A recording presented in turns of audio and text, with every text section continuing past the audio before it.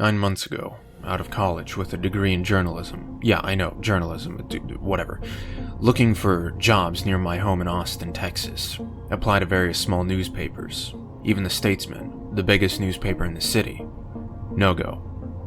One day, I get an email from a girl named Misty who says she works for the Genesis Communication Network and knows I've been looking for some sort of reporting job. I answer yes, and schedule an interview at the given address for that coming Thursday. That day, I get in the car and drive to the address. But it's not an office. It's a barbecue restaurant. Styles Switch BBQ. It's a good place. I freak out, recheck my GPS, the email. It's definitely the address. Befuddled, I go in. Tell the guy at the waiting desk I'm here for an interview with someone from GCN. Oh, thank God you're here. What? He leads me way back towards the opposite wall. And there, in a booth, is Alex Jones. Obviously, I know who Alex is, so I'm sort of freaking out. He smiles, stands up, gives me a hug. This dude hasn't even seen my resume. You ready to fight the good fight, bro? I tell him I'm interested in working in Austin's journalistic community. I try to stay far away from telling him I want to work for him or his BS site. He orders us both brisket platters. You know, I think you've got the mug of an info warrior. I just sort of nod, sip on my Sprite. He asks me all sort of weird shit. If I've ever worked for the government. If I'm gay. Every 2 to 3 questions he fist bumps me. Let me tell you something, Jason. I do put 110% into this fight. My name's not Jason. Finally, our meals get here. Thanks, sweetie. We'll take that in a to-go container. I ask Alex where we're going. I'd imagine his main office, right? I know you said you'd give your life for this fight. What? So let me show you the true enemy. Alex asks if we can store the food in his car. I tell him sure, but I don't have any way to keep it from spoiling. He tells me there are preservatives on the front line to keep them edible. Okay. We start walking down the street. And walking. And walking. It's like 5 p.m. We've been walking in silence for nearly an hour and a half. I could just say fuck it and leave. But I also really need a job. My parents have threatened to kick me out if I don't find one soon. So, I trek on. Finally, Alex just stops alongside a major highway. And now, we wait. So we do. For another half an hour. Finally, a large black van pulls alongside of the road. Alex hops in the passenger seat without saying a word to me. He pokes his head out the window. Looks at me. So I hop in too. The van keeps going for maybe 40 minutes into a small-ass town called Niederwald. Alex keeps muttering to the driver, a young black guy with glasses, about how he's scared for his family. Niederwald seems to be mostly grass and the occasional house. Alex peeks behind to look at me. Jason, I read that you consider a major skill to be head-on tackling a problem. That sentence seems astoundingly stupid to me, but I just nod and say, yeah, definitely. Finally, we pull into a dirt road, keep going for maybe 20 minutes. I'm pretty sweaty and tired. Chilling with Alex Jones in a black van. Finally, we stop next to an old bridge. We climb out, Alex and I, and the van just drives off. What the fuck? Jason, come help me out here. He's standing over a weird metal hatch, like in Lost, if you've ever seen that show. I help him open it. It's pretty heavy, obviously hasn't been opened in a long time. I bet this is the craziest first day of work you've ever had. First day of work? The fuck? Then, Alex hops into the opening of this hatch. I decide to follow suit, if only because it's getting dark. I figure Alex is too famous just to murder me out here. The tunnels are dark, so I use my phone as a flashlight. And I cannot find Alex Jones. I wander around for a long-ass time, and these tunnels just sort of lead into empty metal rooms. Every once in a while I hear a clang, and I'll shout, Alex. Alex never did introduce himself to me by name. I guess he just assumes everyone knows who he is. Finally, I come across the room with this weird, fuzzy insulation on the walls. And standing there is Alex Jones. Alex, as I am sure you all know, is totally insane. Talks about how this place was a tunnel system for an interdimensional vampire society. Says this room is where they siphoned energy. What the fuck? He tears down some of this insulation, asks me to help him, so I do. It was that black dude driving the van. Finally, we get it all down. And there, in front of us, is an elevator. At this point, I'm visibly shaken. It's an old-time elevator, the kind where the door is sort of open and doesn't completely cover the front. Alex grabs my shoulder. Look, Jason, I know you're scared, bro. But you said you wanted to be an info warrior. I never said that. He tells me most of his on-site employees go down to wherever this place is. You'll face your own personal demons, but I need you to think of it as a spiritual experience, Jason. Yeah, okay. I'll be with you every step of the way, buddy. Oh God, please no. He steps into the elevator and pulls something. I get into it, and we descend into pure darkness. Silence. Then a very loud clang. We've landed, so to speak. Alex and I both use our phones as lights, but I'm getting no signal. And on the walls, I have never seen so much blood. I let out a scream. Don't worry, that's not blood. Oh, okay. It's this weird semen-like substance the vampires use to create a message to their dark lord. Yeah, much better. Whatever it is, it's all over the walls in this weird rune language. Alex tells me they generally act as prayers to the satanic lords of the interdimensional vampires. Okay.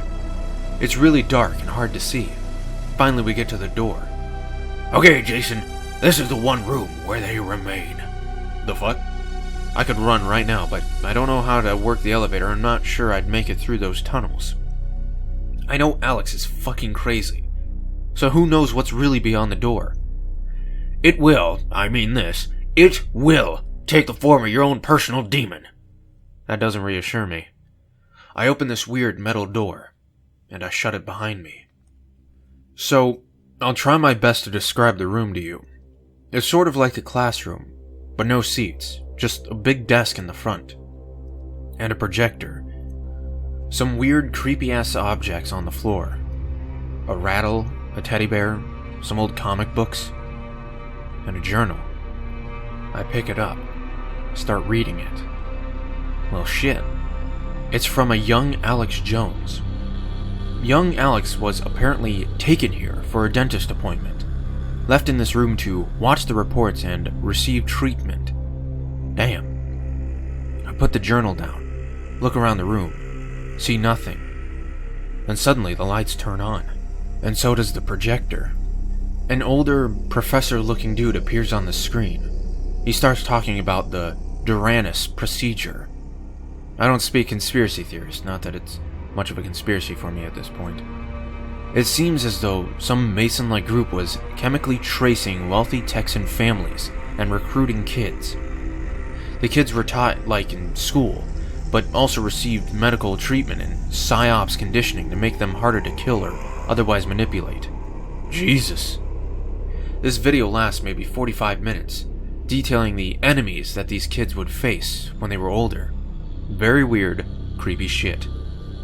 Then, when it's over, the lights shut off. I run to the door, banging and screaming. I am freaking out. And like that, it opens. The lights are all on in the hall now, and Alex is standing by the elevator now, looking very somber. Do you see why I do this now? I guess so. What do we do now? Let's go to the club, Jason. So when we work our way up, the van is back. We get in, drive to Austin. Not a word is said. And then, just like that, we arrive at Plush nightclub. Alex jokes that he's glad he's divorced so he can go to these places more often. Me, Alex, and the black dude go in. Music is super loud, dance music. Alex, I suppose, knows the guy at the door, because we all get in no problem. I go to the bar, get drinks. Can't find Alex. I find myself drinking quite a lot.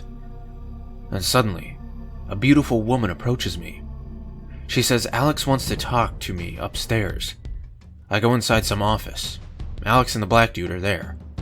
I don't know his name, should probably stop calling him black dude.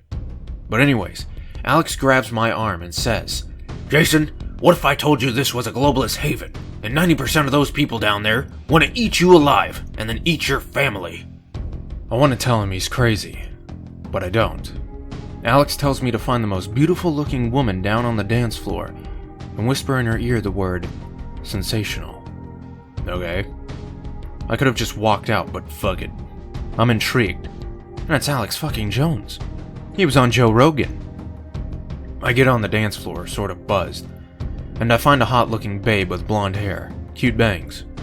We dance for a bit before I whisper in her ear, sensational. She looks like I just stroked her G-spot. I head back to the office, and she follows. I head in. No one is there. Just me and her. Then suddenly she throws over the desk, and the lamps. She's trashing the place. What the fuck? I'm checking this place for bugs. Fucking socialists. When she's done, she grabs me by the shirt and starts making out with me. Oh shit. Then all of a sudden, she spits 2 green balls in my mouth. No fucking way. I spit those things back out. They look like slimy tennis balls. She looks like I just killed her babies. You do not accept the gifts of the fallen? What? She screams at me, almost in gibberish. The slime balls at my feet are sort of evaporating. The chick starts crying. What the fuck?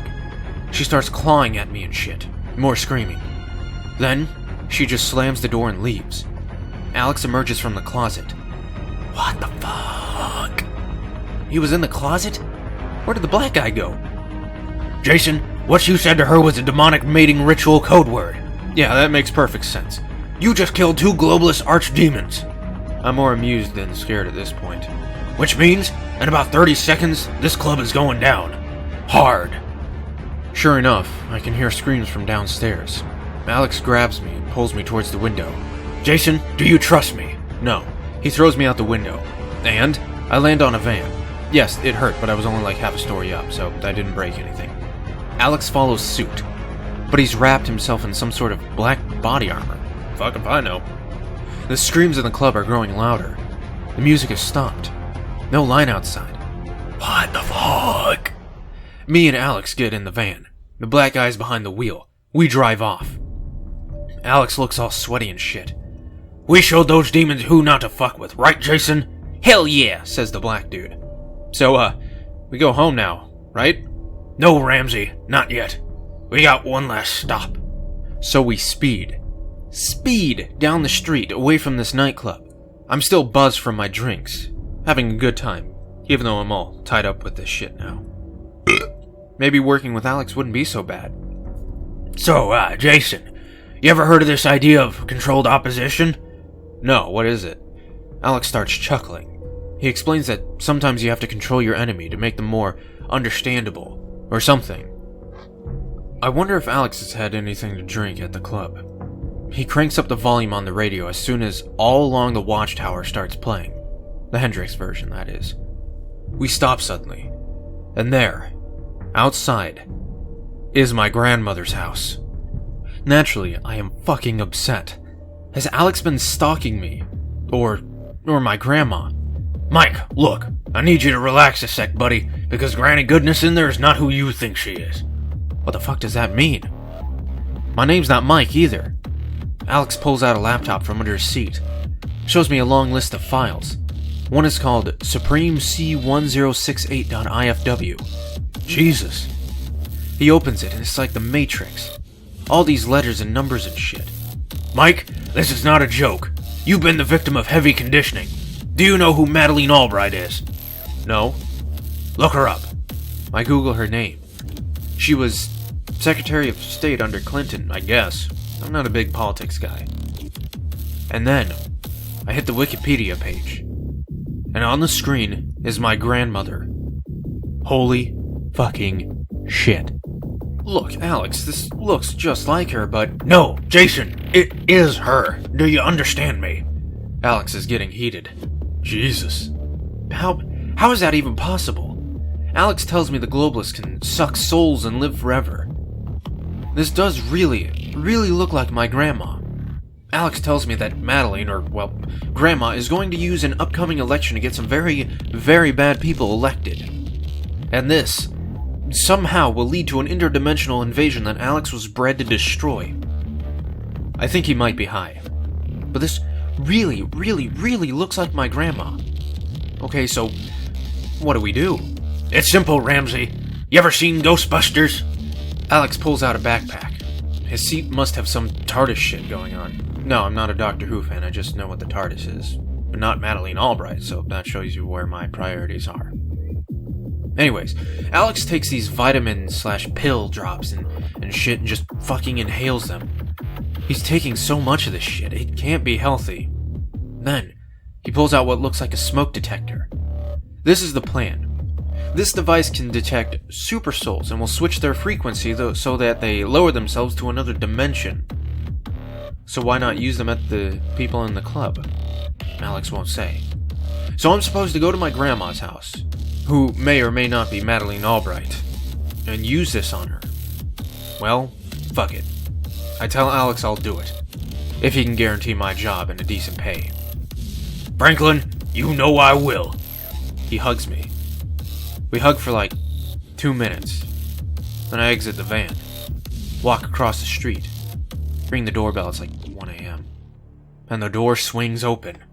Oh, Anon, you're here so late. Yeah, sorry, Grandma. I was drinking and needed a place to stay. Shitty excuse, but better than the truth. Well, come on in. She sniffs. Do you smell anything, Anon? Nope. Well, maybe it's just my old nose. She does this cute grandma laugh. If Alex was fucking with me or some shit, I will be pissed. We sit at her coffee table. She's obviously very tired. Suddenly, she looks at the device in my hand. Oh, Anon, what is that? Discreetly, I press the button on this thing. Nothing happens. Then, shit happens. Suddenly, my grandma's face starts, dropping. Like she's having a stroke. Oh, shit. What the fuck have I done? Then, I swear to God, my grandma, or Albright, her head starts, screaming. She screams my name in this demonic-ass voice. Anon, what have you done to me? She starts, exploding. First her arms, then her legs. What the shit? The ground starts shaking. What the fuck? In this demonic voice I hear, You who must be bequeathed shall not become thine sanctimony. I run the fuck out of there as my grandma starts to explode and her house begins to fall apart. I fucking dash out of there like a cheetah. Oh, shit. I make it outside. I leap out of the yard. I turn around just long enough to see my grandma's house envelop into a portal of pure light.